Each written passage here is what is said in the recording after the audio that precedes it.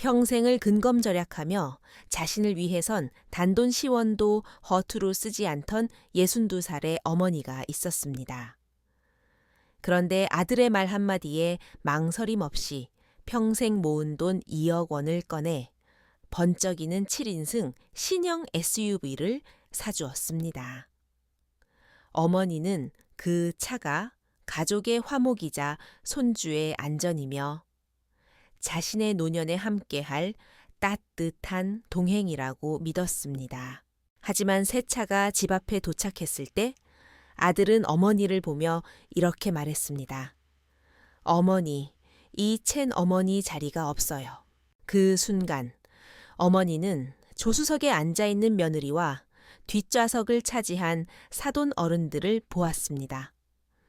손주의 카시트까지 완벽하게 설치된 그 채는 모든 사람의 자리가 있었지만 오직 어머니의 자리만 없었습니다.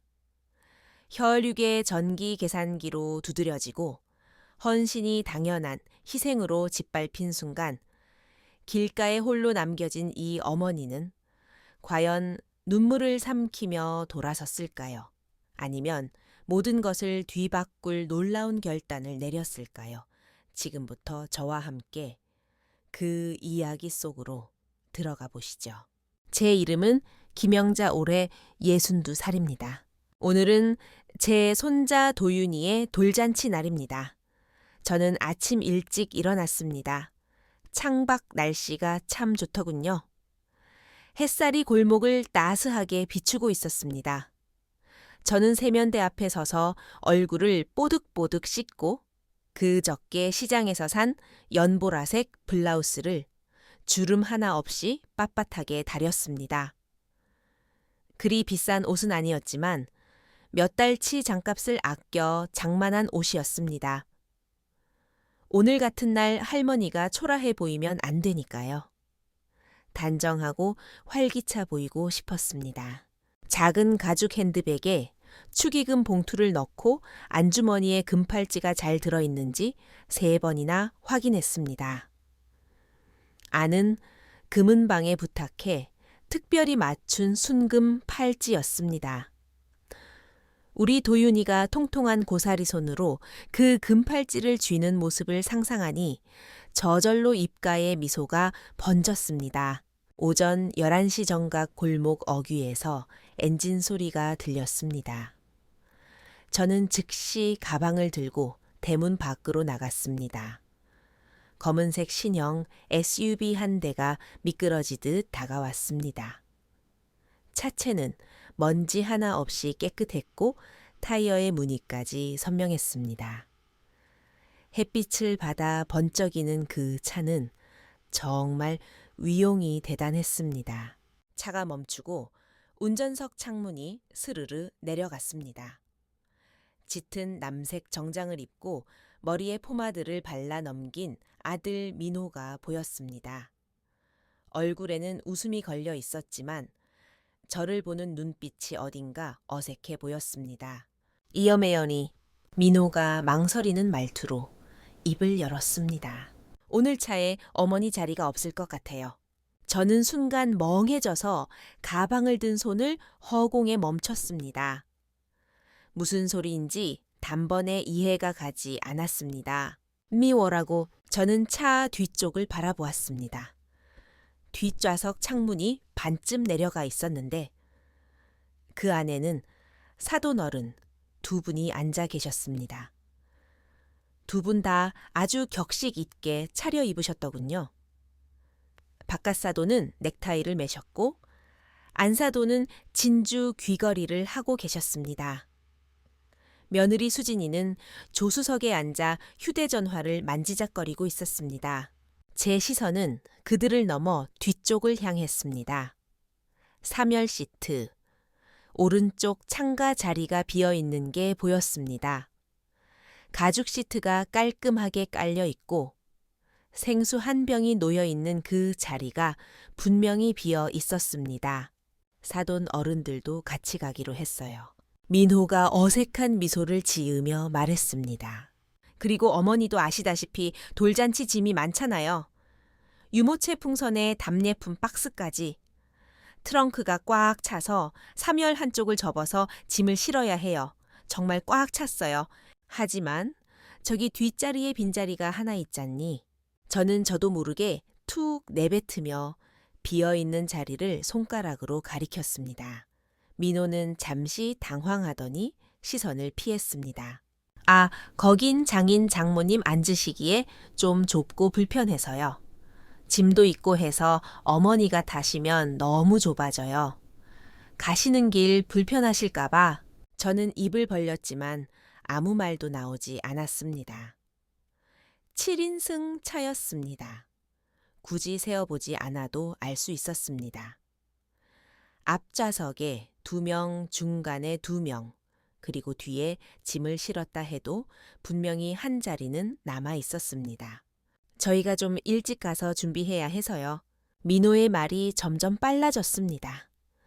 녀석은 거짓말을 하거나 찔리는 게 있을 때마다 뒷목을 긁적이는 버릇이 있는데 지금 그러고 있었습니다.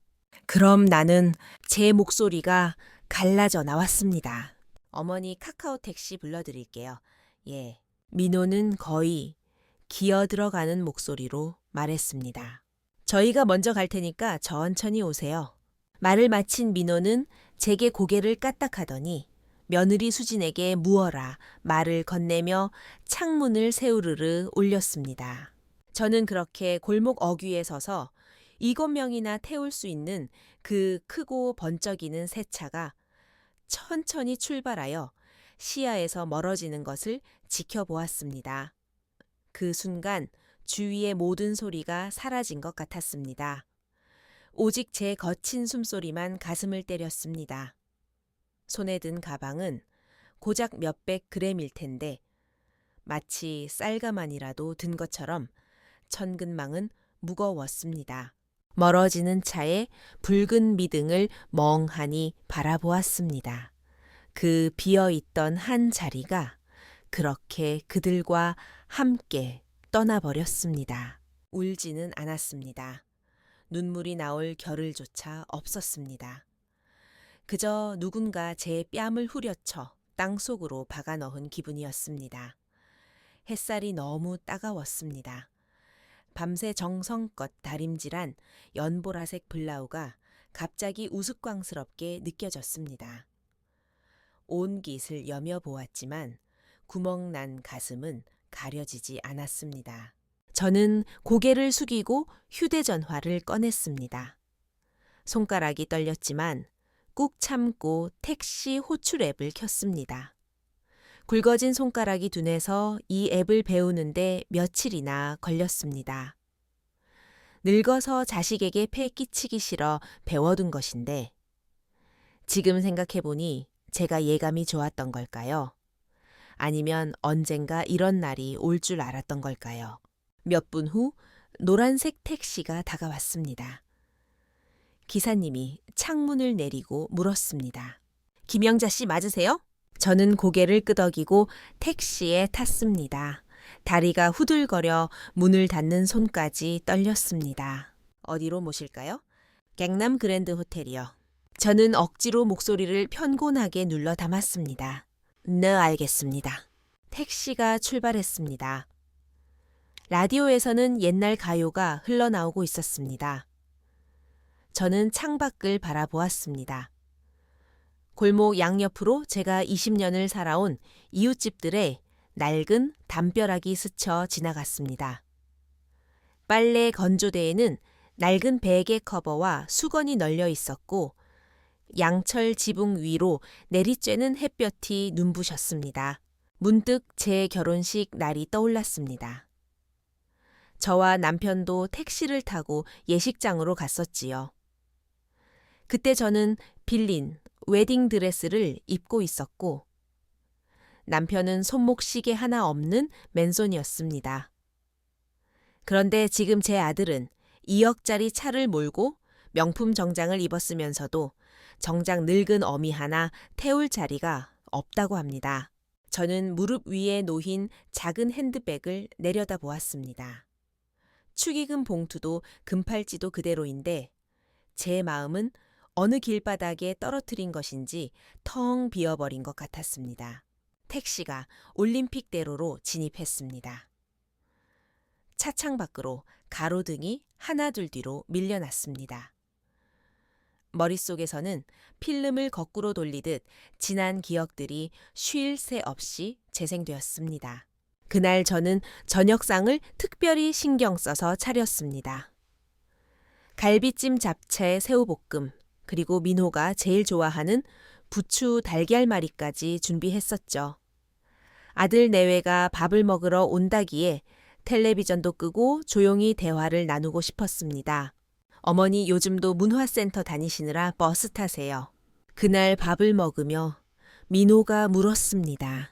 그럼, 근데 버스 정류장이 좀 멀어서 비 오는 날은 힘들더구나. 그러게 차 한 대 있으시면 좋다고 했잖아요. 민호는 갈비찜을 집으며 건성으로 대꾸했습니다.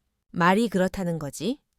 네 아버지도 차 사고 싶어 했지만 결국 못 샀잖니?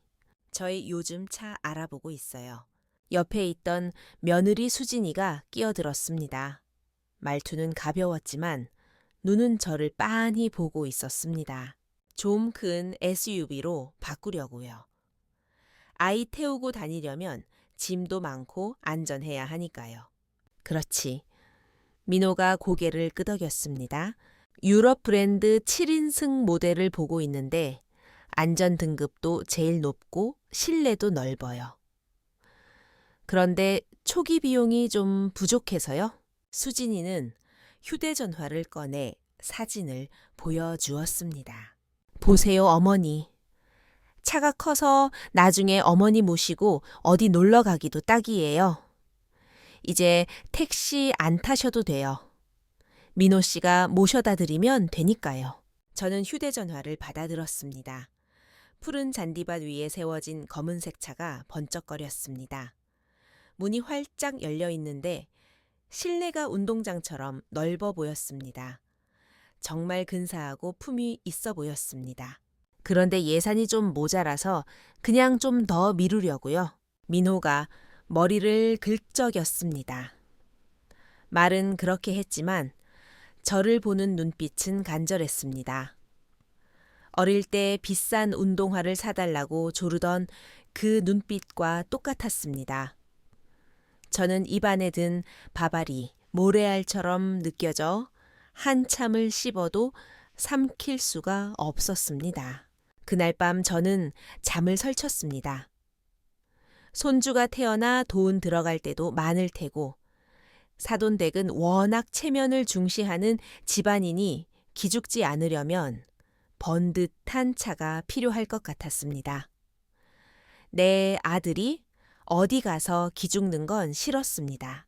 다음 날 아침 저는 장롱 깊숙한 곳 서랍에서 낡은 서류 봉투를 꺼냈습니다. 그 안에는 10년 넘게 고이 간직해온 정기예금 통장이 들어 있었습니다. 남편이 떠나고 남긴 사망보험금과 제가 새빵을 놓아받은 월세를 한 푼도 쓰지 않고 모은 돈 2억 원이었습니다. 나중에 병원비나 간병비로 쓰고 남으면 내 장례 치를 때 쓰려고 아껴둔 돈이었습니다. 하지만 통장에 찍힌 숫자를 어루만지며 저는 혼잣말을 했습니다. 그래 자식 기 살려주는 셈 치자. 은행 창구 직원은 제가 예금을 전액 해지하겠다고 하자 깜짝 놀랐습니다. 고객님, 정말 전액을 다 찾으시겠어요? 지금 해지하시면 이자가 아까운데 상관없어요. 수표로 끊어주세요. 1시간 뒤 저는 두툼한 봉투를 들고 편의점에 들어가 따뜻한 캔커피 하나를 사 마셨습니다. 손이 떨렸지만 두려움보다는 묘한 기대감이 차올랐습니다. 아들네 아파트 주차장에서 돈 봉투를 건넸을 때 녀석은 뛰일 듯이 기뻐했습니다.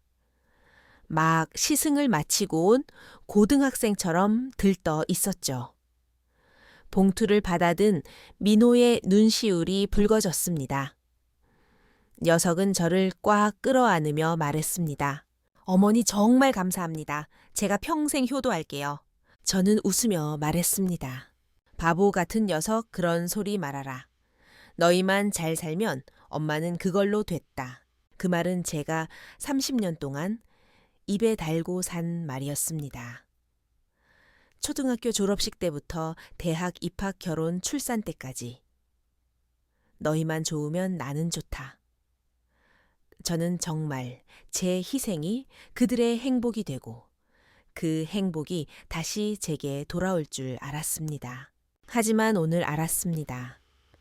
아들의 그 새 차 안에서 우리 가족이라는 울타리 안에 저는 포함되어 있지 않다는 것을요. 호텔 로비의 화려한 샹들리에 불빛이 어지러웠습니다.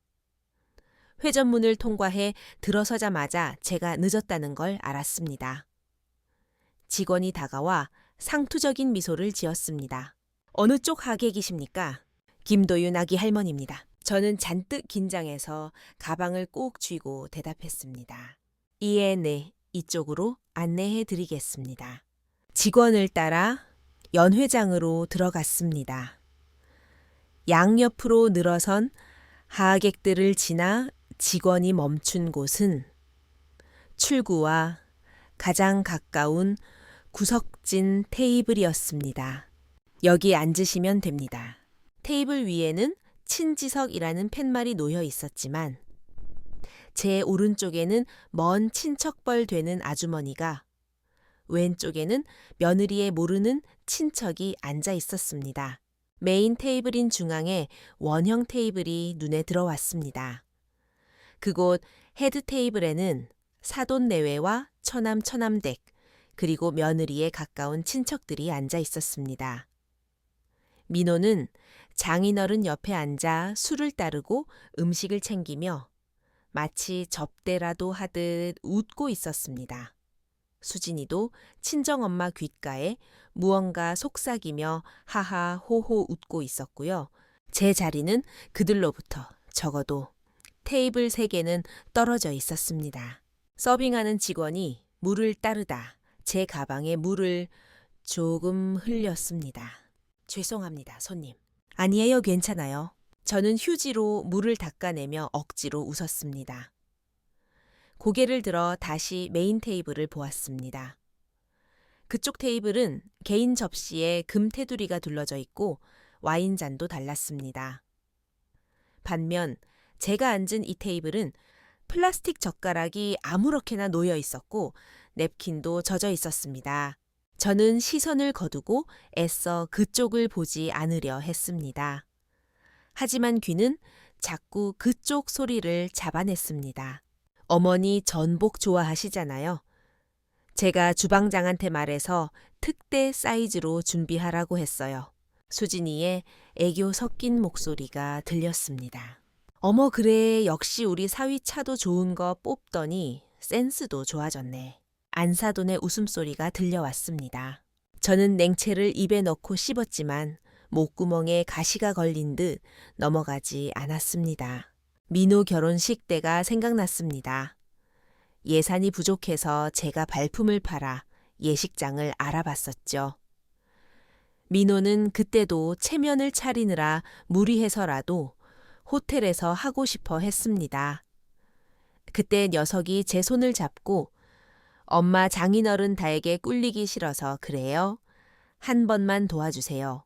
라고 했었습니다. 이제 보니 그들은 정말 만족한 모양입니다. 저는 물을 마시려다 가방 속의 금팔찌를 만지작거렸습니다. 차가운 금속의 감촉. 가방을 다시 품에 안았습니다. 그때 익숙한 목소리가 들렸습니다. 어머니 오셨어요. 민호였습니다. 얼굴에 영업용 미소를 띠고 다가온 녀석이 허리를 숙여 작게 말했습니다. 왜 이렇게 늦으셨어요? 차 막혔나 보네. 여기가 내 자리니? 제가 조용히 물었습니다. 아했네. 수진이가 자리 배치를 그렇게 했더라고요. 어머니 친척분들이랑 편하게 얘기하시라고 민호는 눈을 피하며 변명했습니다.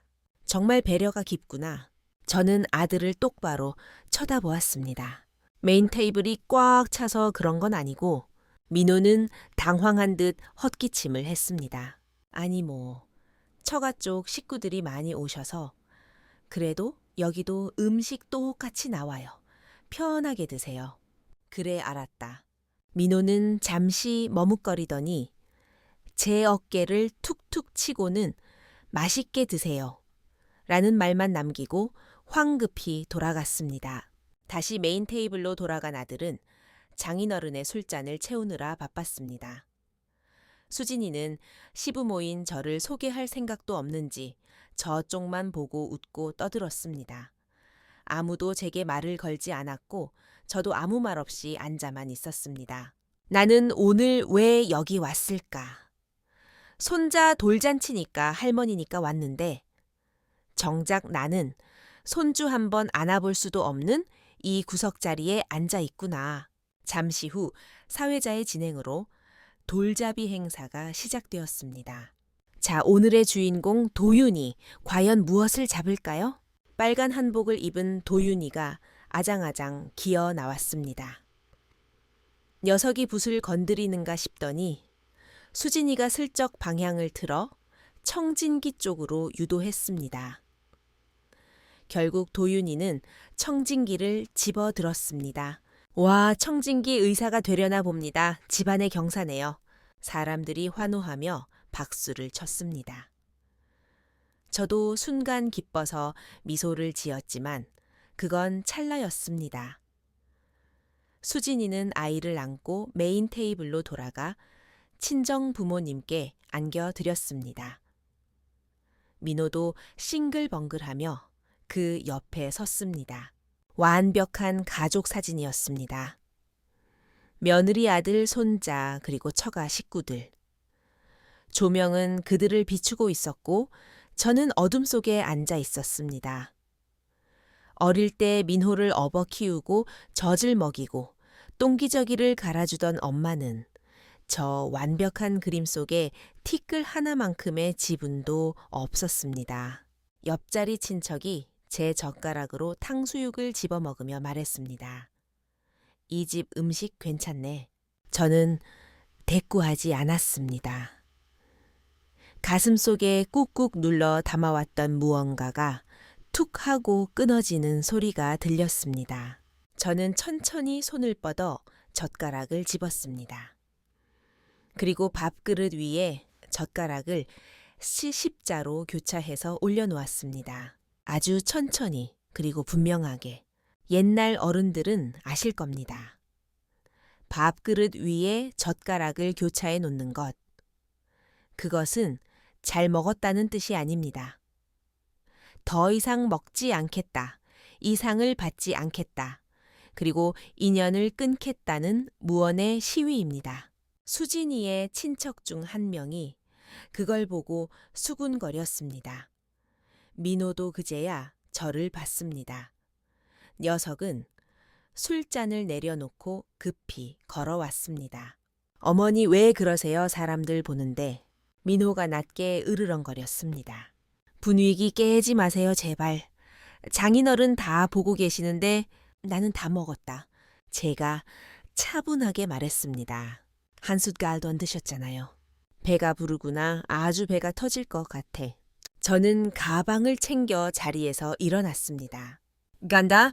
저는 뒤도 돌아보지 않고 연회장을 걸어 나왔습니다. 민호는 따라 나오지 않았습니다. 아무도 저를 잡지 않았습니다. 호텔 로비의 유리문에 비친 제 모습은 초라하고 늙어 보였지만 걸음걸이만큼은 어느 때보다 당당했습니다. 다시 택시를 탔습니다. 기사님이 일찍 끝나셨네요. 라고 물었습니다. 내볼게 온다 봤으니까요. 가방 속의 금팔찌는 꺼내보지도 못했습니다. 하지만 괜찮았습니다. 집으로 돌아오는 길, 차창 밖으로 스쳐 지나가는 서울의 야경은 화려했지만 제 마음은 태풍이 지나간 자리처럼 고요했습니다. 억울하지 않았습니다. 슬프지도 않았습니다. 그저 이제 꿈에서 깰 시간이 되었다는 생각뿐이었습니다. 저는 휴대전화를 꺼냈습니다. 축하 문자를 보내온 지인들의 메시지는 무시하고 연락처를 뒤져 현우라는 이름을 찾았습니다. 제 사촌 오빠의 아들이자 지금은 유능한 변호사가 된 조카입니다. 현우야, 고모다. 상의할 일이 있는데 내일 시간 좀 낼 수 있겠니? 내가 잃어버린 걸 좀 찾아야겠다. 전송 버튼을 누르는 순간 수십 년간 가슴을 짓누르던 돌덩이가 쑥 내려가는 것 같았습니다. 다음 날 오후 저는 동네의 조용한 카페에서 현우를 만났습니다. 말끔한 정장을 입은 현우는 제 이야기를 끝까지 묵묵히 들어주었습니다. 고모님, 법적으로 볼 때 증여는 이미 준 것이라 돌려받기가 쉽지 않아요. 현우가 조심스럽게 입을 열었습니다.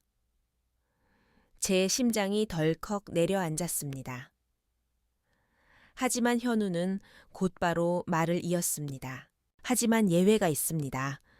민법 제56조 수증자의 망은 행위에 따른 증여 해제입니다. 쉽게 말해서 부모가 자식에게 재산을 물려줄 때는 부양 의무나 효도라는 암묵적인 조건이 붙는다는 거죠. 민호 형처럼 공개적인 장소에서 어머니를 방치하고 모욕감을 준 행위는 부양 의무를 저버린 것으로 볼 수 있습니다. 소송 가능합니다. 만근 행위, 은혜를 잊은 행위라 저는 그 낯선 법률 용어를 입안에서 굴려보았습니다.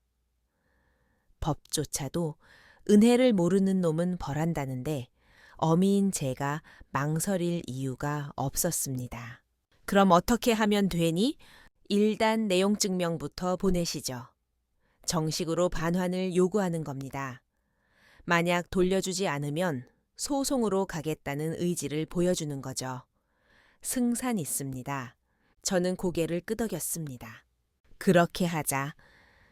민우에게도 책임이란 게 뭔지 가르쳐 줄 때가 됐다. 며칠 뒤 제 명의로 된 내용 증명이 아들 집으로 날아갔습니다. 그것은 잔잔한 호수에 던진 돌멩이 하나가 아니라 폭탄이었습니다. 그날부터 제 전화통에 불이 났습니다. 민호였습니다. 저는 받지 않았습니다. 그러자 문자가 쏟아지기 시작했습니다. 엄마, 이게 뭐예요? 저를 고소하신다고요. 제발 전화 좀 받으세요. 수진이가 난리 났어요. 장인어른 아시면 저 이혼당해요. 엄마, 저 엄마 하나뿐인 아들이잖아요. 2억 때문에 자식 인생 망치실 거예요. 협박과 애원 비난이 뒤섞인 문자들을 보며 저는 씁쓸한 웃음을 지었습니다. 끝까지 제 걱정은 없더군요. 오직 자기 체면, 자기 결혼, 자기 인생 걱정뿐이었습니다. 동네 시장에 갔더니 소문은 벌써 퍼져 있었습니다. 단골 생선가게 아주머니가 귓속말을 하더군요. 영자씨 들었어. 어제 사돈 댁이 아들네 집 가서 난리를 쳤대. 사위가 능력도 없으면서 노모 등골 빼먹어서 외제차 굴렸다고 등골 브레이커에 기둥서방 같은 놈이라고 아주 쌍욕을 했다더라. 가슴이 아팠습니다. 내 아들이 남에게 그런 모욕을 당한다는 게 어미로서 쓰라렸습니다. 하지만 이번엔 제가 나서서 약을 발라줄 수 없었습니다. 그 상처는 민호 스스로 자초한 것이고 스스로 치유해야 할 몫이었으니까요. 저는 휴대전화를 아예 꺼버렸습니다. 세상의 소음을 차단하고 저 자신을 돌아보는 시간을 가졌습니다. 민호의 어린 시절 상장들을 정리해 상자에 넣었습니다. 이제 과거의 영광에 매달리지 않기로 했습니다. 베란다에 죽은 화분들을 정리하고 향기 좋은 제스민과 난초를 새로 심었습니다. 흙냄새를 맡으며 물을 줄 때마다 제 마음에도 새살이 돋는 것 같았습니다. 오랫동안 연락이 끊겼던 옛 친구 미숙이에게 전화를 걸었습니다. 미숙이는 이 나쁜 년 살아있었냐? 며 욕을 한 바가지 퍼붓더니 당장 만나자고 했습니다. 미숙이를 따라 구청 문화센터 서예 교실에 등록했습니다. 먹을 갈고 붓을 들어 하얀 화선지 위에 글씨를 쓰는 시간 잡념이 사라지고 마음이 고요해졌습니다. 또 주말엔 친구들과 관악산 둘레길을 걸었습니다. 누군가의 엄마라는 짐을 내려놓으니 김영자라는 사람이 보이기 시작했습니다. 어느 날 오후 초인종이 울렸습니다. 문을 열어보니 며느리 수진이가 서 있었습니다. 평소의 화려한 모습은 온데간데 없고 퉁퉁 부은 눈에 화장기 없는 얼굴이었습니다. 그녀는 현관에 들어서자마자 무릎을 꿇었습니다. 어머니, 잘못했어요. 눈물을 뚝뚝 흘리며 수진이가 빌었습니다. 그날은 제가 정말 미쳤었나 봐요. 어머니 모시고 갔어야 했는데 친정 부모님 눈치 보느라 그랬어요. 한 번만 용서해 주세요. 민호 씨 지금 죽으려고 그래요. 저희 이혼하게 생겼어요. 가련한 연기였습니다. 예전 같으면 마음 약해서 일으켜 세웠겠지만 이제는 보였습니다. 그녀가 꿇은 무릎은 저에 대한 존경이 아니라 돈과 체면에 대한 굴복이라는 것을요. 일리오나라. 제가 차갑게 말했습니다. 내 어이는 성인이다. 너희가 한 선택에 책임을 져야지. 이 문제는 너희 부모님 탓도 아니고 오로지 너와 민호가 날 어떻게 대했느냐의 문제다. 소송 취하는 없다. 그러자 수진이의 표정이 순식간에 바뀌었습니다. 눈물이 쏙 들어가고 도끼 어린 눈빛이 드러났습니다. 어머니 진짜 너무하시네요. 자식이 죽든 말든 돈만 챙기겠다는 거예요. 늙어서 돈 움켜쥐고 있으면 뭐 하는데요? 진짜 돈독 오른 노인네네. 막말이 비수처럼 꼬챙였지만 이상하게도 아프지 않았습니다. 오히려 그 바닥을 확인하니 속이 시원했습니다. 그래, 내 존엄은 돈으로라도 지켜야겠다. 나가거라. 수진이는 두고 봐요. 평생 후회하게 해줄 테니까. 라고 소리치며 현관문을 쾅 닫고 나갔습니다. 그 후로 몇 달이 지났습니다. 태풍이 지나간 자리에 고요가 찾아왔습니다. 들리는 소문에 의하면 민호는 결국 차를 팔아 제게 2억 원을 송금했습니다. 하지만 위자료 문제 등으로 결국 이혼을 했고 살던 아파트에서도 나와 월세방으로 옮겼다고 했습니다. 마음이 아팠지만 참았습니다. 밤마다 남편 사진을 보며 물었습니다. 여보, 내가 너무 모진 걸까? 그러면 사진 속 남편은 말이 없었지만 저는 알았습니다. 이게 아들을 살리는 길이라는 걸요. 저는 평생 아들에게 물고기를 잡아다 바쳤지 낚시하는 법을 가르치지 않았습니다. 이제라도 가르쳐야 했습니다. 1년이 지난 어느 날 아침 문 앞에 편지 한 통이 놓여 있었습니다. 발신인은 불효자 김민호.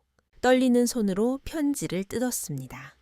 꼬깃꼬깃한 편지지에 꾹꾹 눌러 쓴 글씨가 보였습니다. 어머니 접니다. 민호예요. 이 편지를 보실 때쯤엔 제가 좀 자리를 잡았을지 모르겠네요. 지난 1년 정말 지옥 같았습니다. 수진이랑 헤어지고 빈털터리가 되어 고시원만 한 방에서 지내면서 엄마 원망 많이 했습니다. 그런데 좁은 방에서 혼자 컵라면을 먹다가 문득 깨달았습니다. 엄마가 그동안 나를 얼마나 귀하게 키웠는지, 내가 얼마나 파렴치한 놈이었는지요. 저는 껍데기만 화려한 놈이었습니다. 엄마 등골 빼먹어 거치장이나 하면서 정작 내 엄마는 부끄러워했던 못난 놈이었습니다.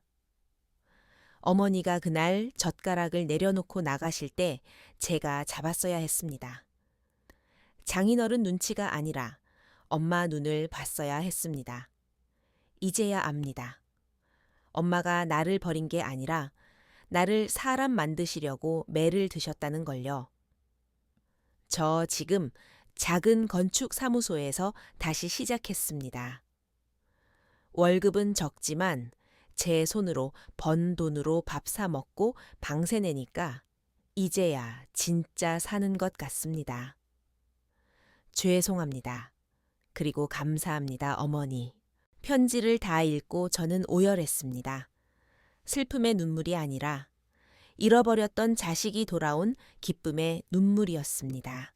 일주일 뒤 저는 민호에게 문자를 보냈습니다. 일요일 점심 동네 고기국수집으로 와라. 밥 한번 먹자. 일요일 전고 민호가 국수집으로 들어왔습니다.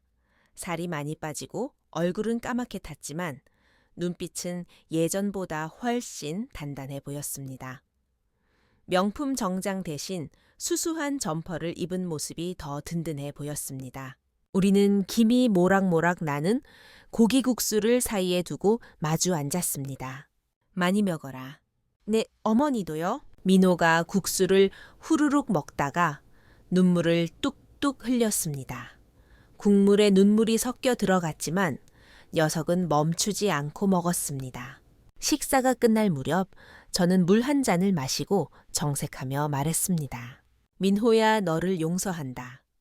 하지만 세 가지는 약속해라. 민호가 자세를 고쳐 앉았습니다. 치여째, 내 돈은 내 노후 자금이다. 너에게 10원 한 장 안 줄 거다. 내 인생은 네가 책임져라. 네, 명심하겠습니다. 둘째, 나는 이제 내 인생을 살 거다. 서예도 하고 등산도 다닐 거야. 네가 힘들다고 기대려 하지 마라. 나는 네 엄마지 내 비상금 통장이 아니다. 알겠습니다. 셋째, 도윤이는 내 손자다. 너희 부부 문제는 너희끼리 해결했어도 손주는 내가 보고 싶을 때 볼 거다. 아이 가지고 흥정하지 마라. 민호는 고개를 깊이 숙였습니다. 어머니 정말 죄송합니다. 그리고 감사합니다. 다시는 실망시켜 드리지 않겠습니다. 그날 우리는 국수값을 각자 계산하고 나왔습니다.